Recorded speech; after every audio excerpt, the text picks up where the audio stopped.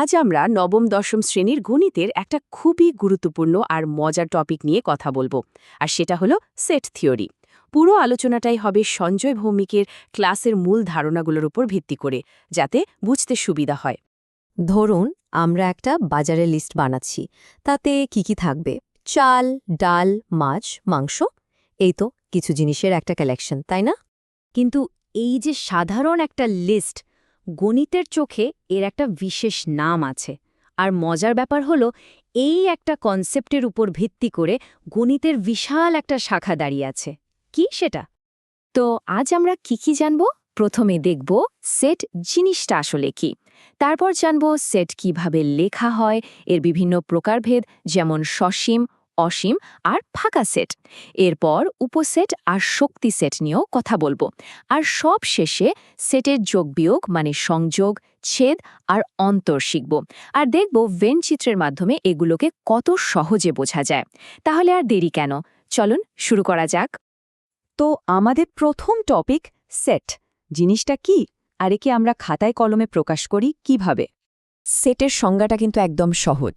বাস্তব জগতের হোক বা আমাদের চিন্তার জগতের হোক, যে কোনো কিছুর সুসংজ্ঞায়িত সংগ্রহ বা কালেকশনকে সেট বলে। যেমন এক সেট বই বা প্রথম 10টা বিজোড় সংখ্যা। এখানে সবচেয়ে জরুরি শব্দটা হলো সুসংজ্ঞায়িত, মানে কালেকশনটা এমন হতে হবে যেন যে কেউ সহজেই বলতে পারে কোনো একটা নির্দিষ্ট জিনিস ওই কালেকশনের মধ্যে আছে কি নেই। আর এই সেট লেখার একটা স্ট্যান্ডার্ড নিয়ম আছে, যেটা দিয়েছিলেন বিখ্যাত জার্মান গণিতবিদ জর্জ ক্যান্টর। নিয়মটা হলো, সেটের একটা নাম দিতে হবে সাধারণত ইংরেজি বড় হাতের অক্ষরে, যেমন এ, বি বা সি। আর সেটের ভেতরে সদস্য বা উপাদানগুলোকে রাখতে হবে দ্বিতীয় বন্ধনী বা কার্লি ব্রেসের ভেতরে, কমা দিয়ে আলাদা করে। যেমন ধরুন এ বরাবর এ কমা বি কমা সি। আর কোনো উপাদান যে সেটের সদস্য সেটা বোঝানোর জন্য একটা চিহ্ন আছে, ইন এ। যেমন এ ইন্টু এ, মানে হলো এ হচ্ছে এ সেটের একজন সদস্য। আচ্ছা, সেট তো বুঝলাম, কিন্তু এটাকে প্রকাশ করার বা লেখার পদ্ধতি আছে মূলত দুটো। চলুন সেগুলো দেখে নেওয়া যাক। প্রথমটা হলো তালিকা পদ্ধতি বা রোস্টার মেথড। এটা একদম বাজারের লিস্টের মতো, মানে সেটের সব সদস্যকে এক এক করে কমা দিয়ে লিখে ফেলা। যেমন এখানে দেখুন, এ সেটে আছে 7, 14, 21 আর 28, একদম পরিষ্কার। আর দ্বিতীয়টা হলো সেট গঠন পদ্ধতি বা সেট বিল্ডার মেথড। এখানে সরাসরি সদস্যদের না লিখে তাদের একটা কমন ধর্ম বা নিয়ম বলে দেওয়া হয়। যেমন এ সমান এক্স, যেখানে এক্স হল 7-এর গুণিতক এবং 7 থেকে 28-এর মধ্যে। এই পদ্ধতিটা বিশাল বা অসীম সেটের জন্য দারুণ কাজের, কারণ সব সদস্য তো আর লিখে শেষ করা যায় না। এবার আসি সেটের প্রকারভেদে। একটা সেটে কতগুলো উপাদান আছে তার উপর ভিত্তি করে সেটকে কয়েকটা ভাগে ভাগ করা যায়। একটা হলো সসীম সেট বা ফাইনাইট সেট। নাম শুনেই বোঝা যাচ্ছে এর সদস্য সংখ্যা সীমিত, মানে গুণে শেষ করা যায়। যেমন 1, 2, 3, 4। সদস্য সংখ্যা অনেক বেশিও হতে পারে, কিন্তু যদি গুণা সম্ভব হয় তবে সেটা সসীম। আর আরেকটা হলো অসীম সেট বা ইনফাইনাইট সেট। এর সদস্য সংখ্যা অগণিত, চলতেই থাকে, কোনোদিন শেষ হয় না। যেমন সব জোড় সংখ্যার সেট 2, 4, 6, 8, এটা তো চলতেই থাকবে, তাই না?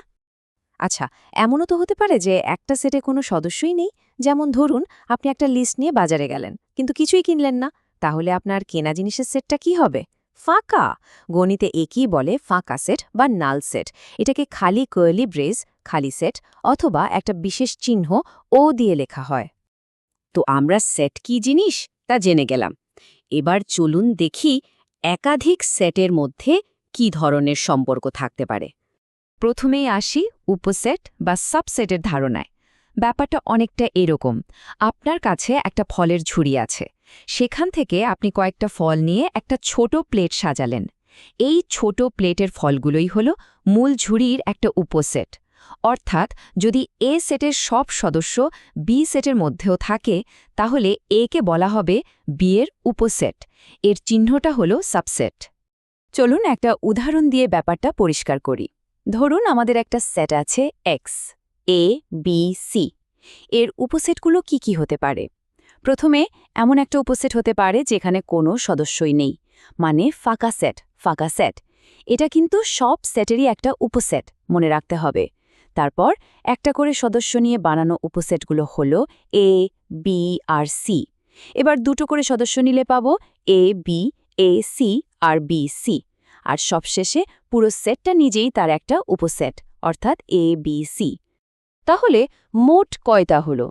যদি গুণে দেখি তাহলে দেখব আমরা মোট 8টা উপসেট পেয়েছি। আর এই যে আমরা একটা সেট থেকে যতগুলো সম্ভব উপসেট বানালাম, সেই সব উপসেটকে নিয়ে যদি আরেকটা নতুন সেট তৈরি করি, তাকেই বলা হয় শক্তি সেট বা পাওয়ার সেট। আর মজার ব্যাপার হলো, একটা সেটের সদস্য সংখ্যা জানা থাকলে তার পাওয়ার সেটে কয়টা সদস্য থাকবে, মানে মোট কয়টা উপসেট হবে, সেটা বের করার একটা সহজ ফর্মুলা আছে। ফর্মুলাটা হলো 2n, যেখানে n হচ্ছে মূল সেটের সদস্য সংখ্যা। আমাদের উদাহরণের সদস্য ছিল 3 জন, তাই 2^3 মানে 2 কিউব হলো 8। মিলে গেল তো? সেটের নিজেদের মধ্যে সম্পর্ক তো বুঝলাম। এখন দেখব সেট নিয়ে কিভাবে যোগ, বিয়োগ বা কমন জিনিস খোঁজার মতো কাজগুলো করা যায়। এগুলোকে বলে সেটের অপারেশন। প্রথমেই আসি সংযোগ বা ইউনিয়নে। এর চিহ্নটা হলো ইউ। এর কাজ হলো দুটো সেটকে এক করে দেওয়া। ধরুন এ সেটে আছে 1, 2, 3 আর বি সেটে আছে 3, 4, 5। তাহলে তাদের ইউনিয়ন বা এ ইউনিয়ন বি হবে এমন একটা সেট যেখানে দুজনের সব সদস্যই থাকবে, মানে 1, 2, 3, 4, 5। খেয়াল করুন 3 কিন্তু দুটো সেটেই ছিল, কিন্তু আমরা লিখেছি মাত্র একবার, কারণ সেটে একই সদস্য দুবার লেখা হয় না। এরপর হলো ছেদ বা ইন্টারসেকশন, যার চিহ্নটা হলো ইউনিয়নের ঠিক উল্টো। ছেদের কাজ হলো দুটো সেটের মধ্যে শুধুমাত্র কমন বা সাধারণ সদস্যগুলোকে খুঁজে বের করা। আগের উদাহরণটাই যদি নিই, এ সমান 1, 2, 3 আর বি সমান 3, 4, 5। দুজনের মধ্যে কমন সদস্য কে? শুধু 3। তাহলে এ ইন্টারসেকশন বি হবে 3। আর আছে অন্তর বা ডিফারেন্স। এটাকে অনেকটা বিয়োগের মতো ভাবতে পারেন। চিহ্নটা হলো স্ল্যাশ। যদি আমরা a/b বের করতে চাই, তার মানে হলো এ সেট থেকে সেই সদস্যগুলোকে বাদ দিয়ে দাও যারা বি সেটেও আছে। যেমন ধরুন a = 1, 2, 3, 4, 5 আর b = 3, 4। তাহলে a/b হবে a থেকে 3 আর 4কে বাদ দিয়ে যা থাকে, অর্থাৎ 1, 2, 5।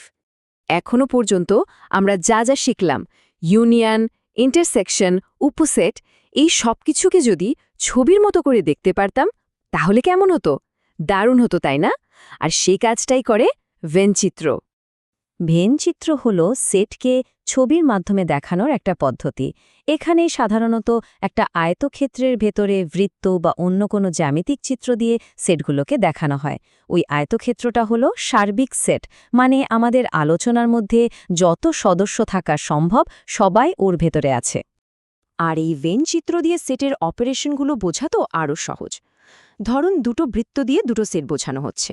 বৃত্ত দুটোর পুরো জায়গাটা মিলে হলো তাদের ইউনিয়ন, আর বৃত্ত দুটো যেখানে একে অপরকে ছেদ করেছে, মানে যে কমন জায়গাটা, সেটাই হলো তাদের ইন্টারসেকশন। আবার একটা বৃত্তের যে অংশটা অন্য বৃত্তের বাইরে, সেটা হলো ডিফারেন্স। আর কোনো বৃত্তের বাইরের পুরো অংশটা হলো তার কমপ্লিমেন্ট, মানে এক ছবিতেই সব পরিষ্কার।